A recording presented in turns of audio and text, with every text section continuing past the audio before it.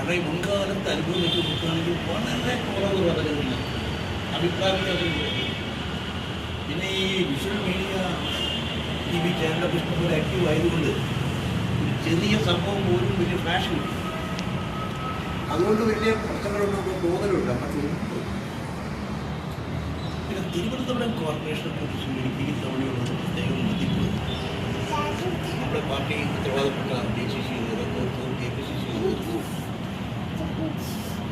ഈ കോർപ്പറേഷൻ തിരിച്ചു പിടിക്കും എന്നൊരു ആത്മവിശ്വാസത്തോടുകൂടി ശബരിനാഥിനെ രംഗത്തിറങ്ങി.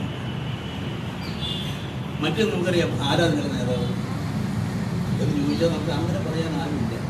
അത് അങ്ങനെ അധികം ഒരാൾ നേതാവായിട്ട് പിന്നീട് വരാറുണ്ട്. പക്ഷെ നമ്മൾ ആളുകളെ കിട്ടിയിട്ട് കാണുമ്പോൾ ഒരുപാട് കാര്യം.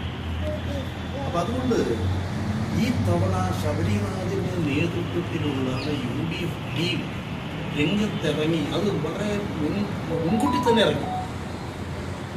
സ്ഥാനാർത്ഥി പിന്നെ തെരഞ്ഞെടുപ്പ് പ്രഖ്യാപിക്കുന്നതിന് മുമ്പ് ആദ്യമായി കേരളത്തിൽ പ്രഖ്യാപിക്കപ്പെട്ടത് തിരുവനന്തപുരത്ത് കോർപ്പറേഷൻ. അത് ഞാൻ പ്രത്യേകിച്ച് മുരളീധരൻ അതിൽ പങ്കുകൊണ്ട് മുരളീധരൻ്റെയും DCCയെയും എല്ലാ UDF നേതൃത്വത്തെയും ഭാഗമായി അപ്പം നല്ലൊരു അന്തരീക്ഷമുണ്ട്. വനിത ആത്മവിശ്വാസത്തോടും തന്നെ പിന്നെ കേശവദാസൻ മാധ്യമ തന്നെ പിടിച്ചെടുത്തതാണ്. പഴയകാലത്ത് പിന്നെ നമ്മുടെ പ്രകാരത്തിലായിരുന്നില്ല. പിന്നീട് ഗവൺമെൻറ്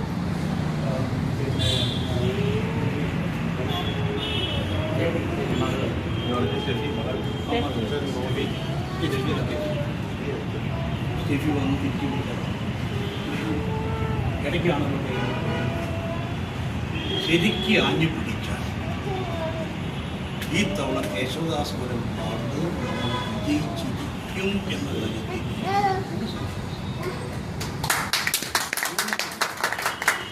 അതിനകത്താ നമ്മൾ ചെയ്യേണ്ട കാര്യം വേറെ ഒന്നല്ല. നമ്മൾ പല ചെയ്തിട്ടുണ്ട്.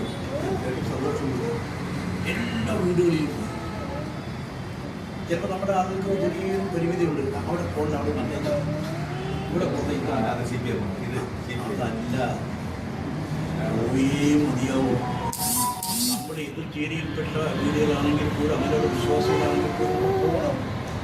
ഞാനിപ്പോഴും ഓർക്കുന്നുണ്ട്, ഞാൻ ആദ്യമായി പ്രാഥമികയിലേക്ക് പയ്യനാണ്.